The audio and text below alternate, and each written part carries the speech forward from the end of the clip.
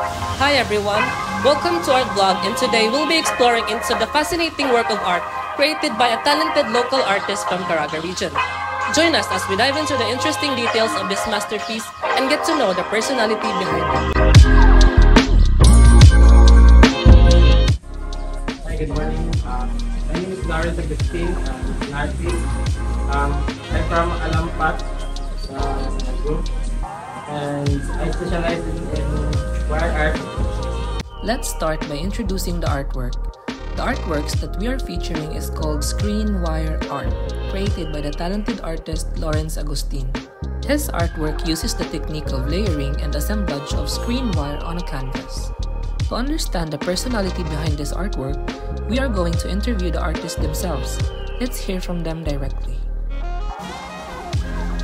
Thank you for joining us today, Sir Lawrence. Could you tell more about your artwork and the inspiration behind it? Yes, ang kuha na ko is inspiration and di ko alam kung idea is from Korean artist named Park Sung Mo, and dito na ko siya nakuha ko an idea and na-realize na ko nga more unique kay siya nga style nga art style. So pero nangita ko kan mga tutorials about usman pagkuan, pero wala ko nakita, so nagkita lang ko, nagbuhat lang ko ako kuan pa maagi para makuha na ko ang kanang style niya. And kani siya nga kuan art style is murag wala pa man siya diri sa Butuan, and maybe siguro tibok Pilipinas mo ako lang siguro nag-diri except kung katong part Korean nga artist.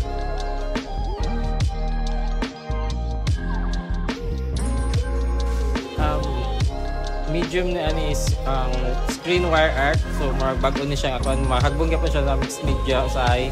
And mo akong ipili kay nag-focus ko ani kay mo si daghan mo ginagikuan sa mga realistic na mga paintings, abstract or ubang kuan, so gusto ko ma-unique akong kuan mapansin ang akong art style, so mo niya siya akong gi-focus karon. And para pud makita sa uban nga daghan pila ang art style kay murag na stagnant na akong art style sa Pilipinas. More on nag-focus na sa paintings, sculpture, ang ubang art, abstract nga na.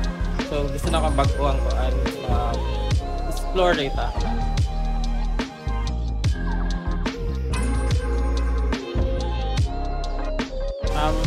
Mahagong siya nga realistic kuan, pero dili siya nga super grabe nga pagka-realistic na. Kung sa ikuan sa category nagyapon siya sa kana nga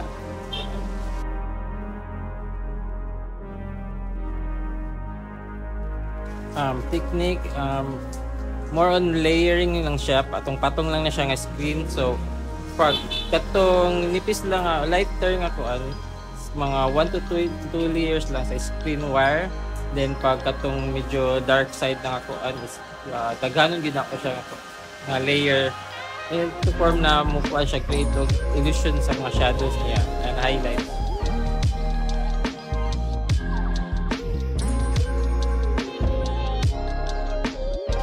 Mostly ako mga artworks is pang mga portraits and sa mga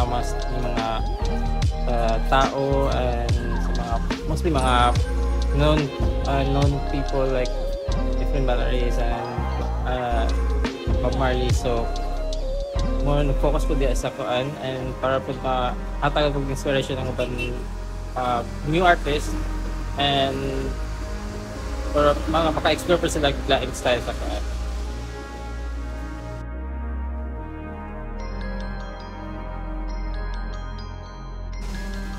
Being patient siguro, kinahanglan gid siya ang sa art gid is kinahanglan gid mo as patient nga kuan kay para grabe gid mga pasensya nga kuan kay say kinahanglan ni siya kung magdali-dalion nimo dili siya makuha ang tarong. So focus lang pud ka sa nga para makuha nimo ma-achieve nimo kanang art. Thank you so much for giving your time today, sir. I hope that many artists would come pass by your artwork.